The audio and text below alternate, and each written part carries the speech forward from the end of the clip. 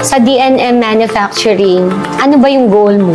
Ang goal ko sa DNM Manufacturing namin is mas marami kaming matulungan na mga magkaroon ng sariling brand na walang kakayanan ng malaking quantity na kaya namin ibigay ng mababa lang na quantity.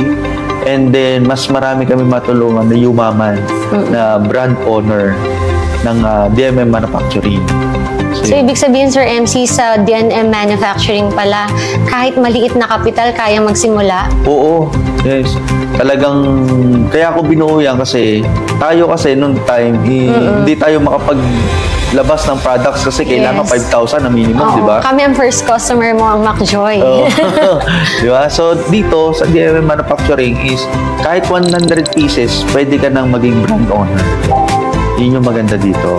Maliit lang yung quantity and mababa lang din yung presyo.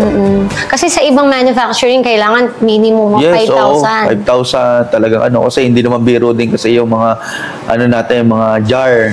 So binibili natin yung bultuhan. So hindi naman tayo makakabili ng 100 pieces lang na jar.